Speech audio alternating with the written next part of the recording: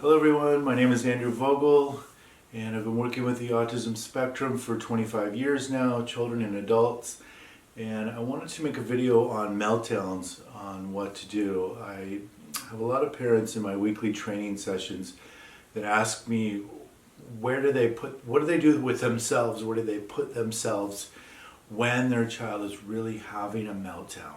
So the first thing you want to do is just sit down. And because you're going to work on being calm in front of your child who's really struggling, and you're also going to give your child a very strong message that they're going to calm themselves down. They're going to really bring themselves down, okay? And we don't want to be in the constant habit of doing that for them. There are many parents out there or professionals who are very good at calming a child down, and that is not at all what we're doing here. That is not going to be helpful in the long run. That is really helpful in unsafe situations at times, but it doesn't really teach the child how to manage their own behaviors in the long run. So you want to really sit down like this. You're really kind of facing the child. It doesn't have to be exact. You just don't want to be turning away. The reason why you don't want to be walking away is because you don't want that child to think that you're just trying to get away from them. So when you sit down, you're just holding the space, almost like an emotional structure. Okay, so you're holding the space and you are telling them that you are there for them when they are done. Okay, that you can really help them and that you're going to show love and care for when they're done.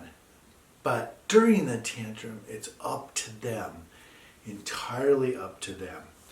And by seeing you waiting for them, that's going to be really helpful. Okay, let's talk about language, communication, and speech. We're going to really cut all of that out and try our hardest not to speak to the child when they are working through their emotions and their meltdown. We might say one time that I'll be here for you on the other side when you're done, okay, however you want to say it.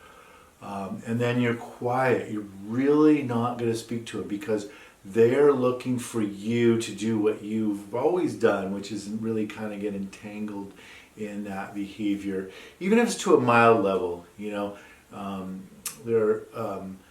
there's a lot of intuition here. There's a lot of parents or professionals that have learned to not engage. And so, but this is really about when you sit down, about really calming yourself, okay? And really, like, you're not looking at them and you're just kind of, you're exhaling and relaxing. And it's okay that this makes you anxious the first couple times, but you are really not giving them anything to react off of.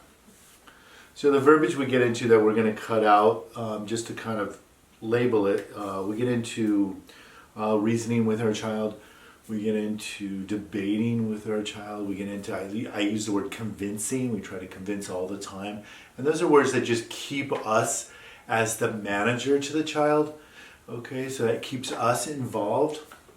So we really don't want to be doing those things.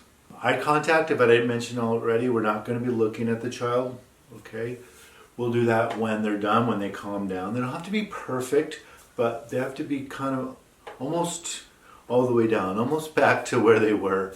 One of the last things I want to talk about is translating. So I always hear these things in person or from parents that children say all these things like, you hate me, you don't care about me, you don't love me, I hate you, I don't love you. The child is asking for help, and the child loves you. So we want to translate those things and say, oh, my child is asking me for help. My child is telling me that they actually love me.